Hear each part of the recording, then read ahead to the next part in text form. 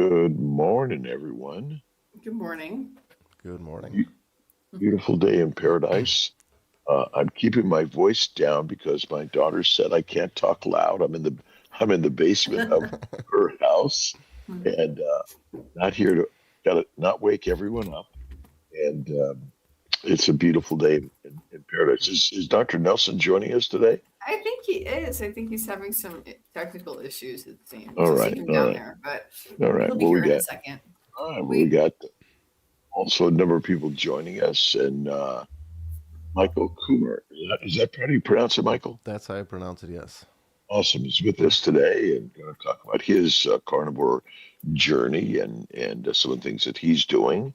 And why don't you start off, Michael, and introduce yourself and how you got into this carnivore world. Yeah, absolutely. Well, thanks for having me, first of all.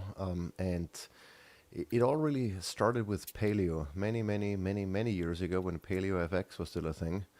And a friend of ours introduced me. He was actually doing paleo already for a while, and I always found it funny that he wouldn't eat certain things. And I kept asking him, hey, can you eat this? Can you eat that? Nutrition wasn't really. I used to be a pro athlete, track and field back in my youth, but nutrition was never really a thing. Neither was sleep or any of the other things that I try to pay more attention to these days. But he kind of opened my eyes to that maybe, humans should not be eating the way they do. And maybe we should be going back to, how humans have been eating long time, depending on how long you think we've been around. There are varying opinions on that, but nonetheless, it's been a while. And that started, and paleo back in the days really meant, meat and a side of something else. That was how we, what we would consider paleo. And then only later, the paleo bandwagon kind of, took off, and you could make everything paleo. I mean, you could be Yeah. eating, sweet potatoes all day and it was paleo. mm, And so that's kind of how it all started. And from there we got into keto, into restricting carbs, into fasting, intermittent fasting, paying more attention to sleep, and at some point then cold exposure, heat exposure. Even though I did sauna bathing when I was an athlete, but not really thinking. It was more like, let's chill out and relax after an intense workout, not necessarily because of any other health benefits that I was aware of. And so that kind of started everything off. And then along the way, I realized that it's incredibly difficult to make the right choices in our modern world. And there is so many things that you really gotta take more control over, which makes it even more inconvenient than feeling like you're swimming upstream. And so fast forward to where we are now. I mean, we have now a homestead. We raise animals for food because we realize that even the best raised animals you can buy or meat you can buy in the store is not what I would like to eat long term. And especially when it comes to monogastric animals, I mean, ruminants are a little bit easier or more difficult to mess up, I should say, and easier to source well. Mm. But monogastric animals, in particular poultry and pigs, it's junk food, what's out there. And so we got into raising chickens and turkeys and guinea fowl and rabbits and pigs, and we are still waiting on our first cattle delivery. So we have the primary source of what we eat, which is beef. Finally, under our own control as well. And yeah, I mean, from there, it's really anything in between. We try to eat as much nose to tail as possible, not only the ribeyes, and which coincidentally is the name of our German Shepherd, who is a true carnivore, the only true carnivore in this household who eats nothing but meat and fat and bones. And so yeah, we cold plunge, we sauna bathe, we exercise regularly. I mean, just by the nature of raising animals, you're moving your body and lifting, feedbacks and all those things. So I don't necessarily have to go to the gym as often as I used to. I just work out as part of the lifestyle. And yeah, and that's kind of, what led us to where we are right now. And tell us a little bit about how physically, mentally, you and or your family has seen the changes going from standard to paleo and now carnivore centric. I'm, I think the biggest change was really when we removed most food categories. That was the biggest change, especially for my wife, who was pre-diabetic at the time when we met, and with constant headaches, like all of those ailments that most people just have gotten used to. That was the biggest change, by just removing all processed crap food and focusing on real food. And as I said, the paleo at the time was really a beef-centric, or at least a meat-centric diet. It was, I think, closer to carnivore than a modern paleo diet would be these days, I want to argue.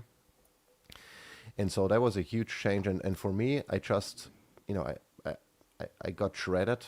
I didn't necessarily work out more, but I just lost a lot of body fat. I, I went to 10% body fat or less by just doing my regular exercise routine, and somehow my browser just disappeared. There it is. And we just, my brain started working better, less brain fog or no brain fog. Everything, I just felt incredibly well, which in reality was just feeling normal. I just didn't know it at the time, right? Yeah. Because you get used to your baseline, and whatever your baseline is, that's normal. And from there, you kind of judge, do you feel good or bad? But I would have always, if you would have asked me back in the days, I would have said, yeah, I feel good. I mean, everyone says they feel good until they figure out what feeling good really means. And then like, oh boy, I felt like crap for most of my life, and I didn't even realize. And tell us a little about your homesteading and how you're digging into the carnivore lifestyle and helping others with products and things. Yeah, so we don't sell any of the meat we raise.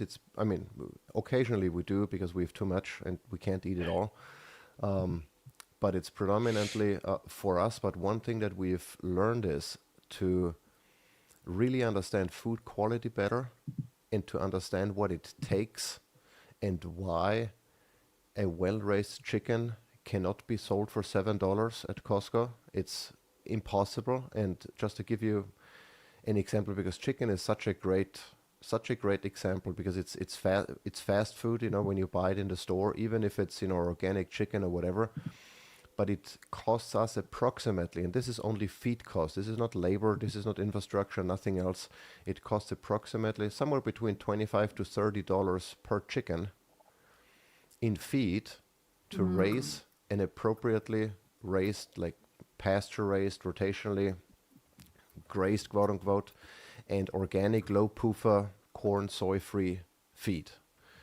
So the most expensive feed you can basically buy, in addition to allowing them to find insects, because chickens are not vegetarians either. They are insectivores. They are, I guess, a version of a carnivore, if you will. I mean, they're omnivores. They eat everything, but they are significantly closer to eating or to thriving on meat than on plant-based matter. But if you buy like a carton of eggs in the store and it says vegetarian fat hens, that already tells you that they are admitting that they fed the chicken a shitty diet, right? And so that was a huge eye-opener. I'm like, okay, first of all, eating well is not inexpensive in the sense of, how we value food. But I also think that food and nutrition generally is significantly undervalued. We spend not enough on that, and probably too much on cars and some other things, maybe housing even. And so that shift in mindset, that was eye-opening. I'm like, okay. If we want to have chicken, that chicken dinner is more like a delicacy than what we should be having every day, because we can't afford eating chicken 3 times a day. But beef, on the other hand, what you need to raise beef well, mostly what you need is time to rotate the animals every day, because everything else, the sun is for free, the water is often for free if it comes down from above, and the grass is the result of sunshine and rain and air that grows, and all you need to do is really invest the time to raise them to rotate them every day, and there is no external input otherwise. And so ruminant should be the bulk of our diet. That's the most feasible way of eating, and then everything else, monogastric meat, should be the exception. But in this world, it's kind of the opposite. Chicken is inexpensive. Everyone eats chicken. They think it's it's lean, it's healthy, it's cheap. It's really none of those things if you think about it. Why do you think, what is it about paleo that that um, paleo carnivore centric that makes this way of eating so much more healthy for humans? And you mentioned mindset a little bit, brain fog, and you mentioned, I mean, insulin resistance and type 2 Hmm. diabetes is on the rise and hitting so many people. What is it about the paleo carnivore lifestyle that changes things? Yeah, I think it excludes by definition a lot of the foods that are incredibly problematic, right? It's not that, and let's just use grains as an example, you know. There is not really any need for humans to consume grains. I would argue there is no need for humans to consume plants. Um, you can have them, some of them, if you know how to mitigate their defense chemicals, their issues, you know, by fermenting, sprouting, doing things that Hmm. humans have learned over many, many years. But it takes extra time. It takes knowledge, it takes expertise to make those plants less problematic. You know, they're always going to be problematic to varying degrees, but you can make them at least less problematic. If you buy a piece of meat, it's a steak, let's say, even if you buy that, even if you go to McDonald's and you buy the burger patties only, it's very difficult to mess it up and to make them unhealthy. They might not be grass-fed, grass-finished, and the whole 9 yards regeneratively raised, but even conventionally raised meat has less problems than the best raised plant, right? So I think that in itself is why it's healthier. There are less. You need to know less to make the right choices. Those who prepare them have less opportunity to mess something up, and it's overall just compatible out of the box. You know, you don't need to do stuff to it to make it less problematic. And are you seeing an uptick in the number of people that are utilizing this way of living?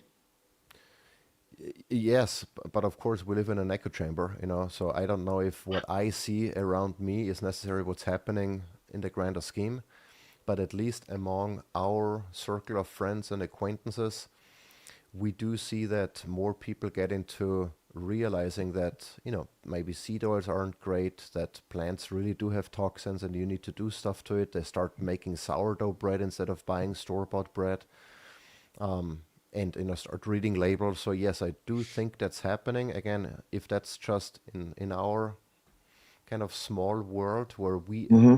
where we influence people whether or not we want to, or if that's happening in a grander scale, I don't know. But considering, I guess, the political climate right now and you know, the new food pyramid, I'm hoping that this is catching on and not just a localized phenomenon.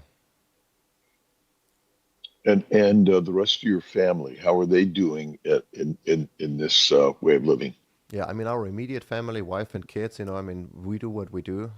So they thrive in that. I mean, our kids are homeschooled, you know, they do chores every day. They feed the animals. They, you know, participate in slaughtering and dispatching the animals. So they are very much ingrained in this whole lifestyle. And for them, it's normal, you know, and everything else that if they see someone, you know, smoking a cigarette, I'm like, what is this person doing? You know, if I don't think that's good for them. And I'm like, well, you know, that's not everyone does the way things the way we do. So our extended family, they are kind of, you know, in that echo chamber, as I've mentioned before, where they start asking more questions. They start seeing what we do and how it's been working for us and start adopting. Not everyone is doing exactly the way things we do, but people are catching on and at least are questioning the status quo. And I think that's really an important first step to not just take everything for granted just because you've been doing it for all your life, but to start asking questions. You know, does this really make sense? How does it make me feel if I eat this? You know, how does it make me feel if I only eat meat for a day? And why do I feel better? You know, and Hmm. from there you kind of make your own decisions and make your own lifestyle choices and figure out what's working for you, because what's working for me might not be working for you and vice versa. But you know, you gotta ask questions and stop just following what everyone else is doing. I think that's the key message here. And what about fasting? Do you support fasting? Is it something you've Yes. tried and done? And, Yes, no, absolutely. I mean, I think fasting, there are those who say, oh, it's terrible for your health, gonna wreck your hormones, don't do it. And then there are those who say it's the best thing you can, do. Everyone should be fasting every single day, don't eat anything at all. So that's, full autophagy all day. And I think, both ideas are very misleading and lack nuance. One thing is for certain, I think that having access to food all the time at unlimited quantities, like most of us do, that doesn't exist in nature. That's ridiculous thinking that that's how it should be. I also do think that if you look and observe nature, those who have access to more food and typically doing better in terms of reproducing offspring and doing all of those things, but there is a threshold, and if you pass that threshold, you're gonna get the negative side effects of eating too frequently and too much. I think the body needs a rest. You should not be eating 5 times a day. I also don't necessarily think you should be eating only once a day for the rest of your life. I think you should kind of mimic what's happening in nature, take food availability, or at least try to mimic variations in food availability. And I think that's the definition of intermittent fasting. You know, by default, we've gotten to a kind of 16/8-ish rhythm that feels best for us. I don't feel hungry right now, so why would I eat breakfast? Even if I had to go to work, I would probably try to delay my eating until I'm hungry and not eat before, just because it's breakfast time or dinner time. And so, yes, I absolutely do believe in intermittent fasting. I do believe that your digestive system needs a break. I think the human body needs a break every so often from eating. I've done, and I'm not, a crazy faster where I would not eat for 3 weeks or anything, but typically my longer fasts are 48 hours. And I've been experimenting with kind of, mimicking unsuccessful hunts where I would fast, then at the 24-hour mark, I would do an intense CrossFit workout, still not eat because the hunt wasn't successful. I actually did a CrossFit competition then at the end of my 48-hour fast, and then I would eat. I would kind of say, okay, this competition, I had to go all in, and I was successful. My hunt was successful. Now I can feast. Not necessarily something I would encourage you to do very frequently because it absolutely drains you with 2 workouts and not eating. But I do believe that humans should be able and capable of doing this every so often because in nature this would happen, if unless you're kept or you're in captivity, you're not gonna get your feed at a certain time of the day every single day, and so you kind of you have to do what nature does. I think that's been proven to work incredibly well over many, many, many years. And trying to outsmart it and saying, okay, now I need to eat 3 times a day with snacks in between.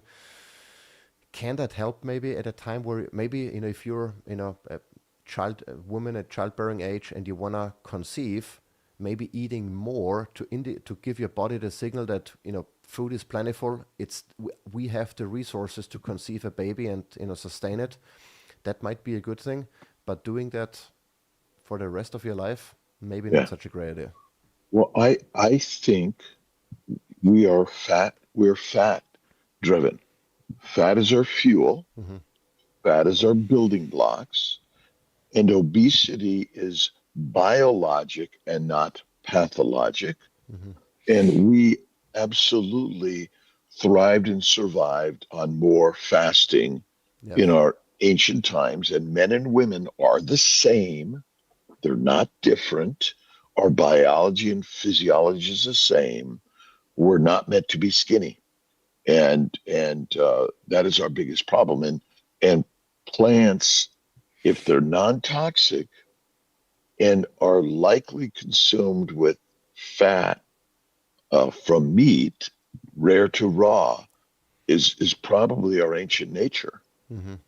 But think about the time and energy. Which we hunted those big beasts, but how much foraging would you need to do for plants and processing for plants in order to make them less or non-toxic and digestible to Mm-hmm. the human body?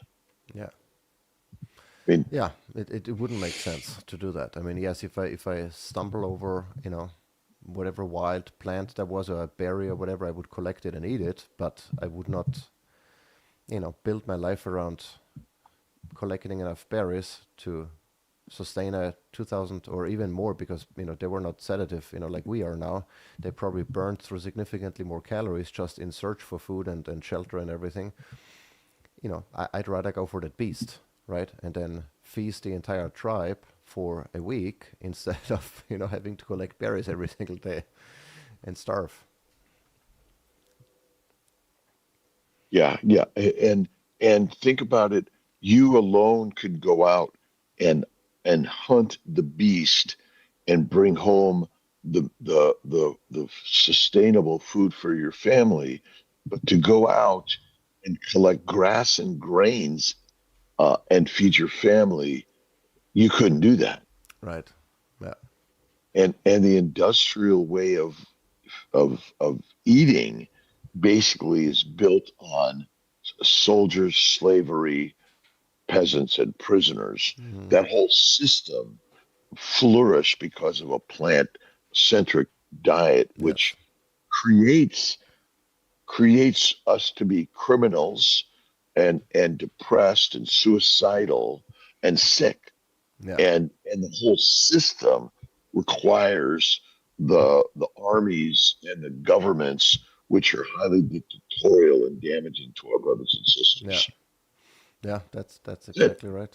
It's and ultimately, the what does Keto Mike have to say about the more he studies addiction, dopamine, the more I see why conventional diets fail at 95%. The cravings are huge. 2 beers a day won't cure alcoholism. Yeah, they say alcohol in moderation is okay for you. Is alcohol good for our children? Yeah, I mean, the thing is with anything that's not good, I mean, the human body is certainly capable of detoxing and dealing with a lot of things. But it's very easy, especially if you follow that, everything in moderation kind of approach. Well, what does everything in moderation mean? Cocaine in moderation. If you add all of this in moderation, I don't think that's incredibly good for you. But now, if you're a carnivore and you drink coffee, or you're a carnivore and you have a glass of wine on the weekend, is that gonna kill you? Probably not, right? But if you give the same things. Eventually, might. I mean, eventually, we all Well, die, we all gonna right? die. But I would argue that if you allow someone else who is already not metabolically healthy to do that, and who is already at their max in the sense of detoxing and getting rid of all of the crap, and then you add the alcohol, and then you add that cigarette, that 1 cigarette a day, or whatever it might be, that sounds harmless on paper. You're already above your threshold, and so all of this is 100% damage at this point, because you don't have the bandwidth anymore to detox anything. And and that's, I think, one nuance that people tend to forget. And even if you look at, you know th- everyone has that grandma or aunt or what have you, oh, she has been smoking all her life and she didn't have lung cancer and lived to 100. Well, first of all, might be lucky, or it might not be not be true at all. But maybe she did most everything else right, and she just got away with it. And most of us, we are peeing microplastics and all kinds of stuff already. My grandmother wasn't in the same condition as I am now. I'm swimming upstream. She grew up in an environment where there were not as many toxins, where they were fasting because they didn't have food every day. She grew up during the war in Europe, and it was entirely different circumstances. And I cannot do what my grandma did and expect the same results, because I'm already damaged. I grew up at a time where we ate predominantly, well, not predominantly, but a lot of processed foods, where I was exposed to lead, I was exposed to all kinds of stuff that she never was. And so I have to be even more careful. And I think our kids now, they have to be even more careful, because there are so many things we cannot avoid, and that are difficult to mitigate because they're everywhere. And so that kind of needs to set your standard, what you can get away with. And it's unfortunately not as much anymore as people used to. Well, we lost Dr. Nelson again. He must be having difficulties coming on today. Well, welcome everyone. It is interesting. I mean, life is dangerous. We're all going to die, and when and how we die, even as a carnivore, we don't know that. Yeah. I certainly feel better than I've ever felt. I'll be 70 in less than a month now, and this has been a game changer. I've been doing carnivore for nearly 15 years now. When I hit 70, that's when I claimed 15 years, but I'm carnivore centric also. I sometimes have a French fry or small amounts of baked potato, and I rarely have a sip of martini. And I agree that minimize eliminating is really it. The the the the food system okays a glass of wine a day for women, two for men. We used to in modern medicine support cigarettes as calming and okay to take, even pregnant women. Uh, think about it. The food industry controls the money also that goes to the science industry and the pharmaceutical industry. It's all owned by a cohort of companies that are working to keep sales up and the money flowing. And it's a challenge for all of us to wander through this marketing of things that are highly harmful and addictive.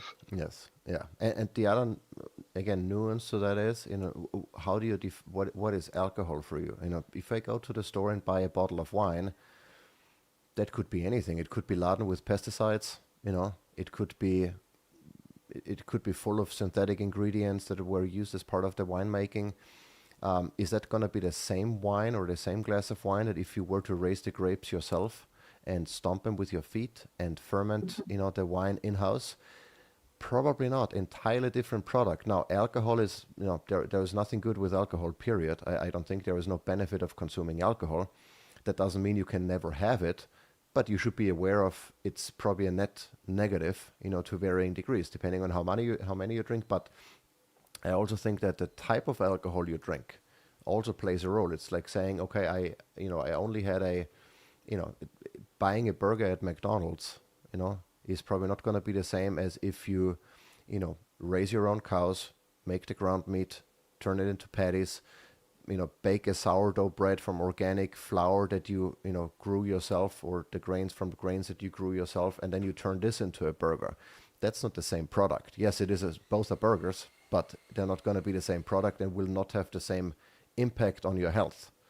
And that's one thing that you always have to keep in mind. It very much depends on what type of food in whatever category you're having.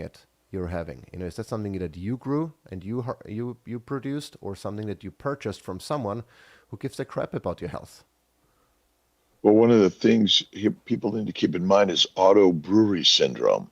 So a low-fat diet makes alcohol in our guts. Even carnivores that are eating overcooked, low-fat meals, the microbes in the gut make some alcohol. And they also damage the glycocalyx, which is the layer that protects the gut, the vessels, the lymphatics, and every cell of our body has this sugar layer that is the transmitter and receiver of information, and it really is the thing that determines what a cell does, molecule does in the body, a hormone, an enzyme, and so our standard diet for sure makes a shitload of alcohol for all of us. If you have bloating, you're making alcohol, Mm-hmm. and that's kind of a very interesting point that I think where autoimmune syndrome is real, and I think all of our diseases are a combination of the poisons from plants, the high protein, low fat diet, and the fermentation in our Mm-hmm. guts. Yeah. Yeah, those are all, those little details and nuances that nobody takes into account. And the problem also is that you, as a consumer, I mean, you almost have to make this your life's journey to figure all of that stuff out, right? Yeah. Because nobody just goes out and tells you unless they're listening, to to your live stream.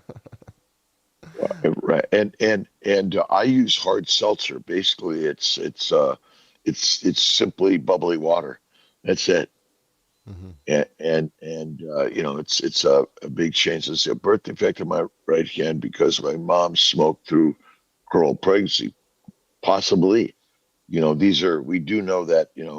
I'd say but the food I think is more toxic than smoking a cigarette, believe it or not, Yeah. which is kind of radical.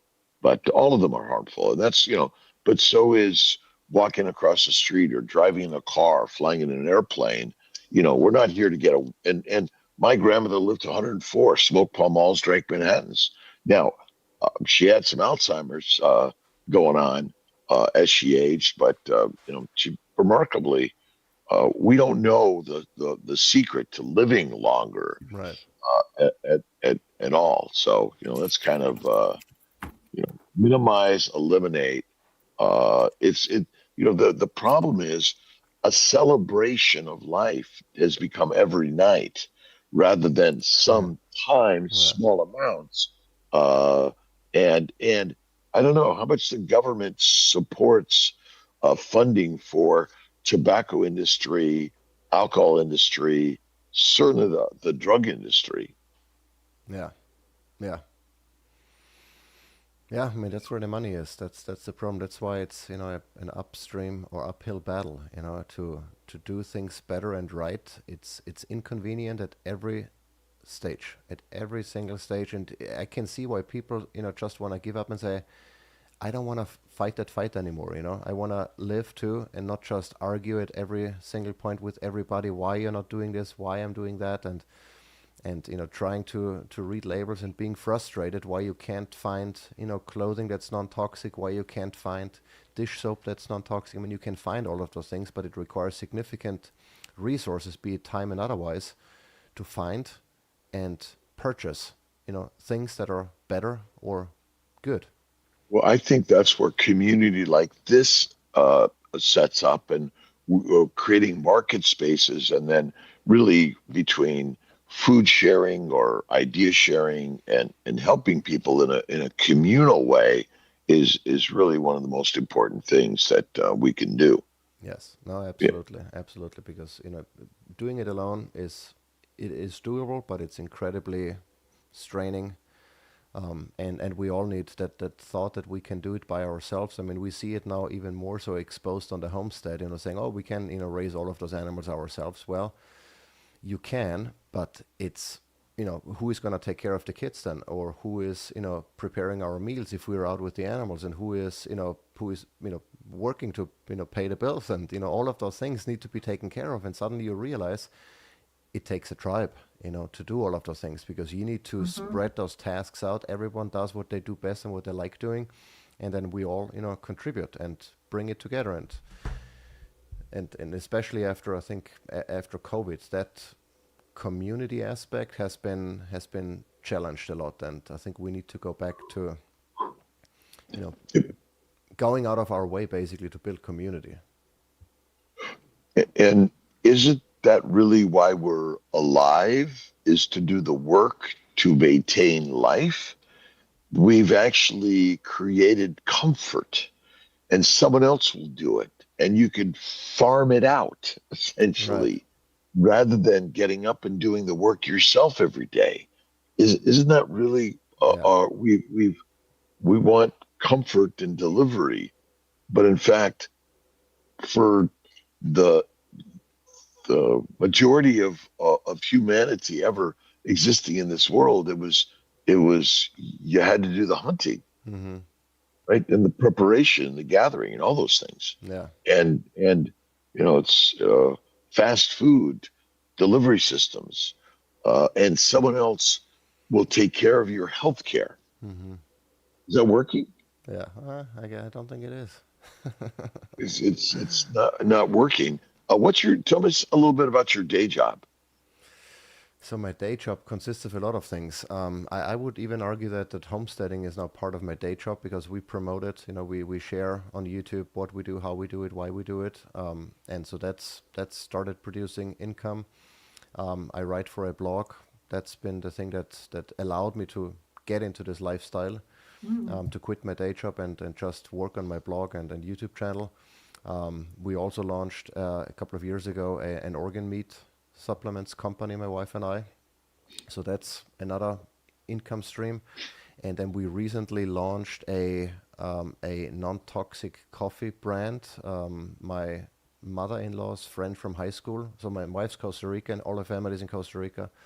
And my mother-in-law's friend from high school has a very small coffee plantation that has not seen any external inputs in terms of fertilizers or anything in over 50 years. And so she Wow. grows this coffee that we've been drinking for a long time. And then we realized that same with the meat, we can't find the same quality coffee.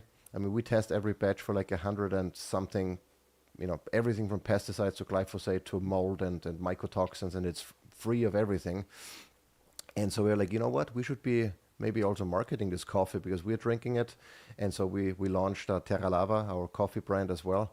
And so those things combined is my day job, I guess. So you're focused on healing thy family and then spreading the wisdom and the word to the communities at large. Yes. So we all can live this way. We Yes. developed an organ and a liver supplement also, and we provide also in our standard fertility world molecular fertility supplements Mm-hmm.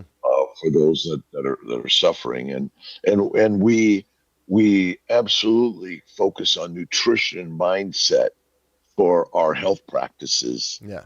at CNY Fertility. And we also focus a lot on immunology because our immune system is highly damaged, Yes. and fasting and fatty meat are really and faith fasting and fatty meat are that foundation. Yeah. Where do you integrate mindset and Yes. spirituality in your life? And tell us a little bit about that. Yes. Yes. So, I mean, I think it's especially in today's world, it's so easy to be on autopilot and to just, go on and not realize what you're doing, not being present, I guess, and not paying attention to what your body is trying to tell you. And so our journey into, I guess, mindset starting really to listen to our body, and for that you sometimes need to take a break and listen, and not say, just listen. And as part of that, we've come more and more into, or we got more and more into not necessarily classical meditation, but just moments of being still and clearing your mind and not focusing on anything in particular. And I've started doing this really as part of my cold plunging, where focusing on just how you feel, and that it's not as bad as you might think, as your brain might tell you. And from there we got more into, especially as part of our journey with nature and interacting with nature, I mean, just appreciating that all of this came from somewhere, and we don't know exactly how that all came to be, and that there's got to be something that's, humans are not the pinnacle of everything. I mean, we are smart in many things, but we did not come up with all of that. And then, whatever it is that created all of this, there is something that's bigger out there. And and you got to recognize that and appreciate your role in this whole ecosystem, and that we're probably not as important as we think we are. And so that's kind of a long answer to, a combination really of things on how we try to approach, be more humble, understand that, we are lucky to be where we are. I didn't decide where I was born and when I was born. I fell into it kind of, and I just gotta make the best out of the gift that I was given and try to help others do the same. We have some cues in there, We Alia. do. Well, we'll do this one first. John Yeah. Hoover, what's the name of the coffee and where can you buy it? So it's Terra Lava. Terra means earth. Lava is, well, lava. So terralava.com is where you can buy it. Great. I put that in the chat. Sawa 1067. Where is Michael from? Does he have chickens? What do chickens eat when there is snow on the ground? Yeah, good point. So I'm from Northwest Georgia, very close to Alabama, and about 45 minutes south of Tennessee. Originally from Austria. You can hear I don't have a southern drawl yet. German is my native language. But yes, we do have chickens and other types of poultry. And in winter, they have to eat grains and, well, they eat actually a combination of grains and animals, other animals. So, whenever we have a deer carcass, we feed it to the chickens. Whenever we have, meat scraps or, maybe from a bone-in steak or what have you, and there is still meat on there, we throw it to the chickens.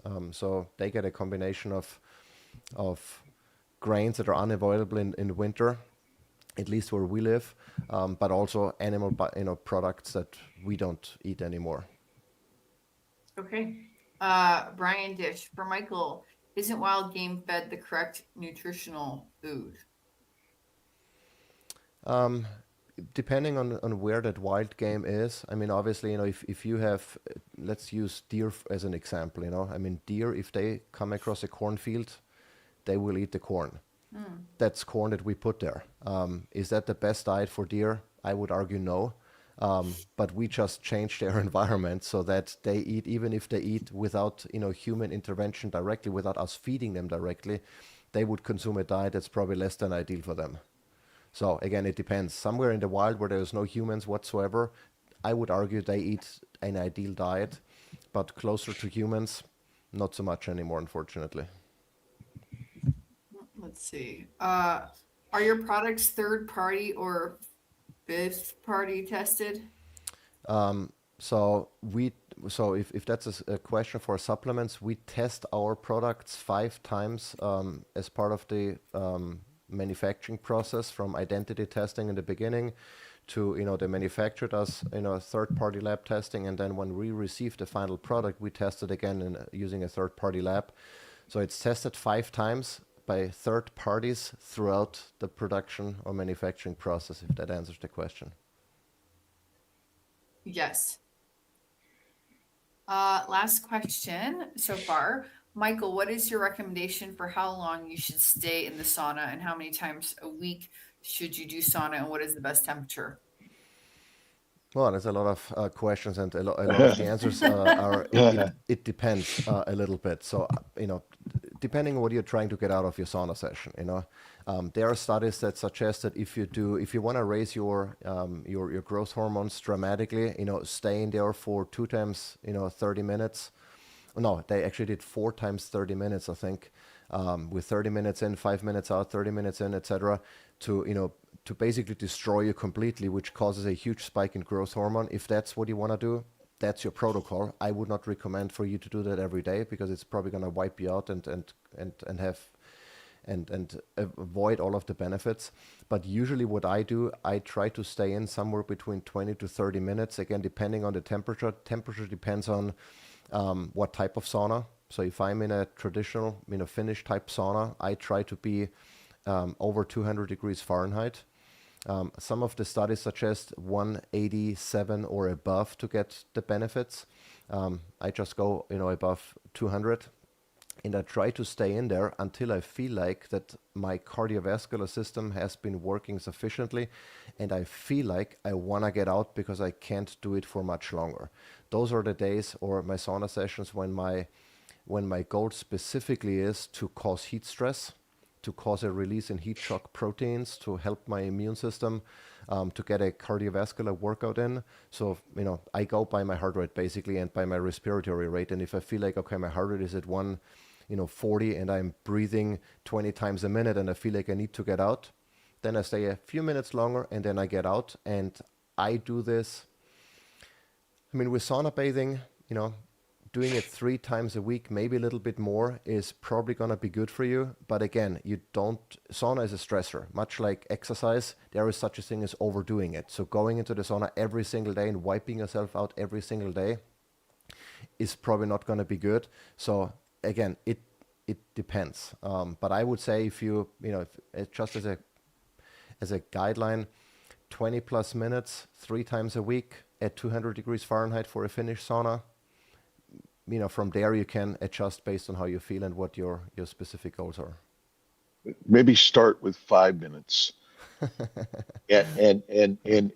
titrate to see how you do.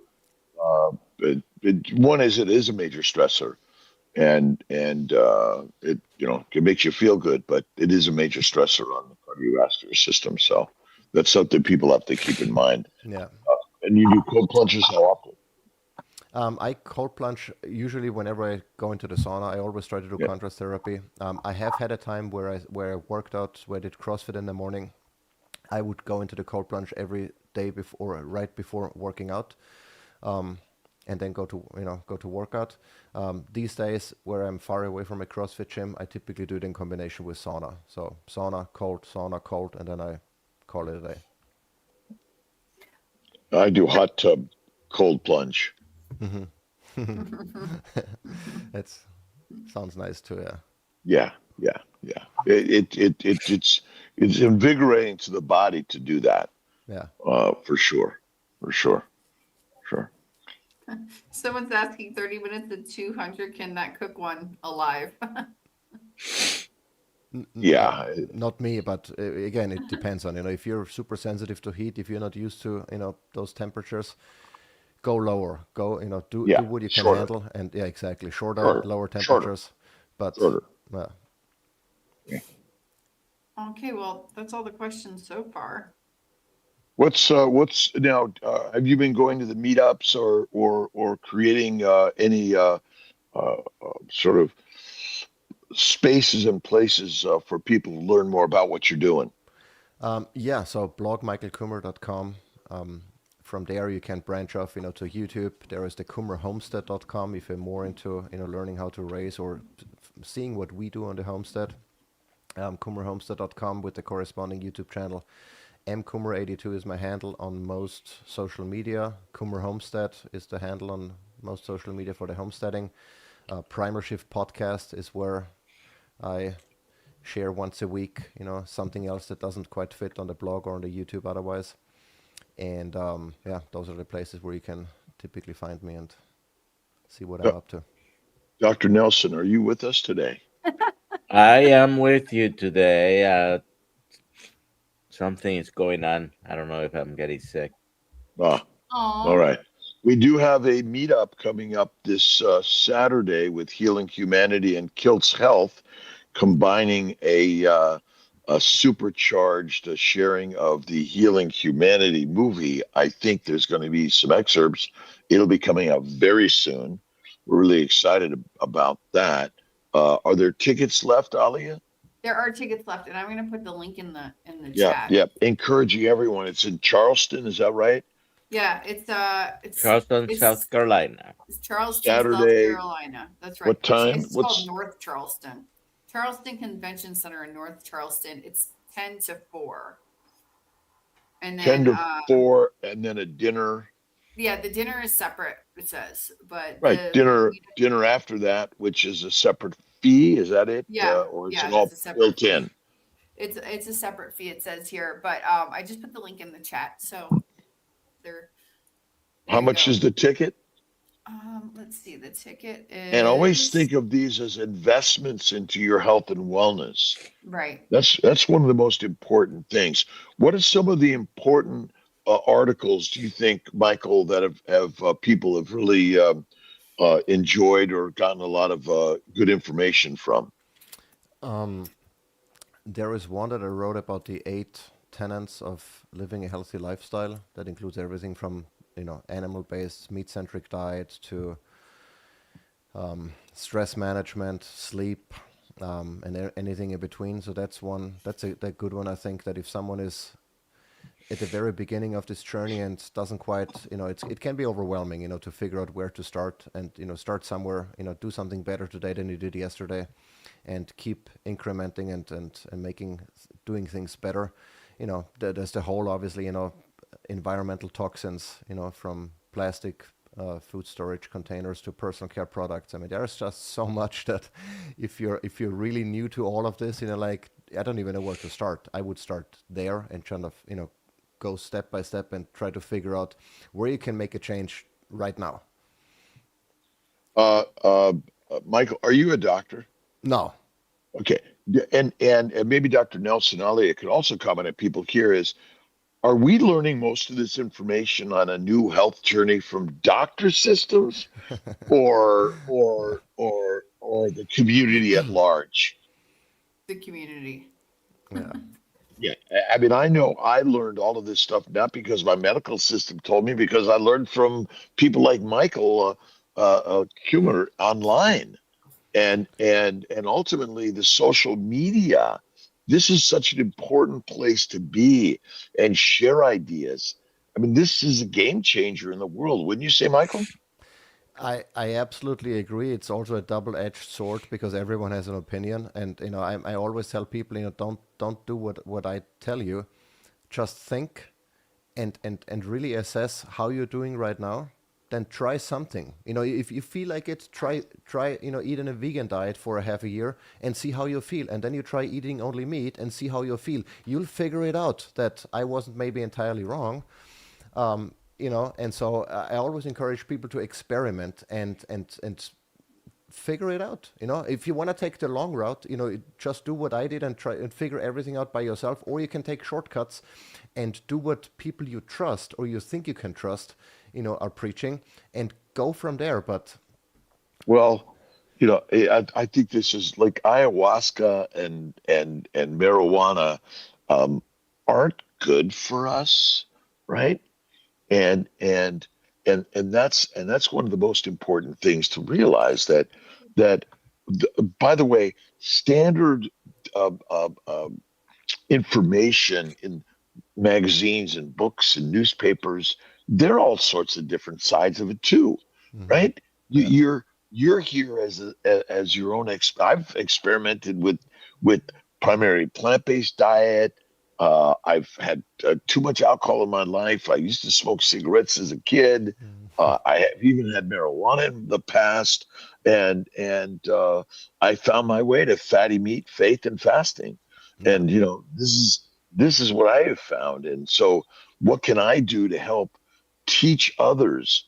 And as a physician, I'm working with my physician brothers and sisters in ways that we can share ideas and do better. And that's what this is really about. Yeah. That here's now a platform. This is the platform. People tell me, oh, they don't think these are good ideas, and their children shouldn't learn how to use them. This is the future access for all information, and everyone has the right to access that. That's really one of the most important things to do here. Do you have any books out there yet, Mike? No, I don't know if I have the time to write a book, but Well, you've probably written a book in your blogs already. yeah, well, that is true. At some point, I was thinking, just taking what I already put out there, and And nowadays, you could just pop it together. We can do all of this ourselves, including making movies and documentaries and theater. I mean, that's what we're really recognizing is that this is a do-it-yourself world. Yeah. Right? Yes. That's the critical game changer here, right? Elizabeth wants to know if you're Dr. Kiltz from CNY. Are you Dr. Kiltz from CNY? Hey, Elizabeth, it's Dr. Kiltz. Yes. And, a beautiful, amazing, making babies. I mean, ultimately, I learned about this nutritional stuff for my patients like Elizabeth, who 20 years ago were getting pregnant on paleo diet. So that's when I dug into paleo diet. That's when I found keto diet, and then I also then found carnivore, and I've been living it. And I probably talk. I believe our diet is the single reason why we're getting sick, or we're maintaining or becoming healthy again, and reproduction, because the microbes love the plant protein low fat diet, and they cause the disease in our gut. Hmm. That really is so amazingly simple. That is such an important part of this story that I've been learning and sharing, right? You know, have faith in God, whether it's Jesus, Muhammad, Moses, Abraham, Lao Tse, Buddha, or it's Michael, Alia, Nelson, and all of us, right? Yeah. God is within us, and we're the gods. The beauty is, get up and go do something today. Yeah. Share some mighty wisdom and words of faith and kindness and generosity. Papa, what? Oh my God, Peter, no, no.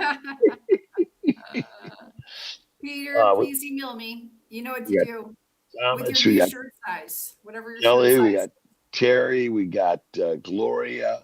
We got so many people here today, and that's amazing thing. Do you do any live podcasting, Michael? I did a few Instagram live streams, but not in a long time. But I kind of like that, whole setup and with people asking questions and stuff. So I might pick that up again. It's a this is our home, Monday through Friday, five. It used to be 5 a.m. Eastern time. Now it's 6 a.m. Eastern time, Mhm. but it's 5 a.m. somewhere. Yeah. Uh, Somewhere it's 5 a.m. And that's our I guess our Ohio people or something, and Mm. maybe Illinois a little bit, and some in Texas, and but it's really so. What's on the tomorrow's agenda? Who's For here talking tomorrow? Let's Yeah, see. and for Michael, Uh, what's your what's the name of the coffee? How can we get the coffee? I missed that. Terra Lava. Hmm. Terralava.com. Yep. We'll put a link there and put that on our Oh yeah. our market space. Oh, We'll Do you get have an all perfect. those. affiliate We'll program? get all those. Yes. Yep. Everyone does. Everyone Okay. does. Alia, your Good. job is to build more of that, right? They can go to our Yeah. marketplace, because there's both. Remember, there's wholesale and retail for Mm. everything, Yes, and that's we're true. all sharing together and making it happen. Yeah. Corey, Kiltz got to pay attention. I got 10 things happening at the same time, so it's all good. It's all good. But, Michael, thank you, Dr. Nelson. Get some rest today. Am I going to see you in South Carolina? Okay. Yes. All right. Flying Uh, in Friday. all right. And I'll be in there Friday night also. And I did you give me a hotel, Do Alia? they? I will, if it's not done, I will make sure it gets done this morning. Mary Ellen was I working on it, but we'll Yeah, get that just done. check with that. And, Yeah. and I And did send a half. anyone who has done the course, first group or second group, today at 3 p.m. we have a wrap up meeting. I sent And an email out. let's join the course. The keto carnivore health and wellness course is critical, and we talk about faith, fasting, mindset, and more. And we got to get down to Michael's homestead and Yeah. get some pics, Do and a hang meetup out. at the homestead. And I'm back on coffee, so I can try your coffee now. There you go. There you Yeah, go. it's good. It's good. It's good. Well, thank you, Michael, for being here. We Thanks for appreciate having me. you. And we'll put a link to make sure everyone knows where to find you. Why don't you give your last shout out where people can find you, Michael? MichaelKummer.com. Awesome. Awesome. All All right, right. Bye, everyone. everybody. Much Thanks a love. lot.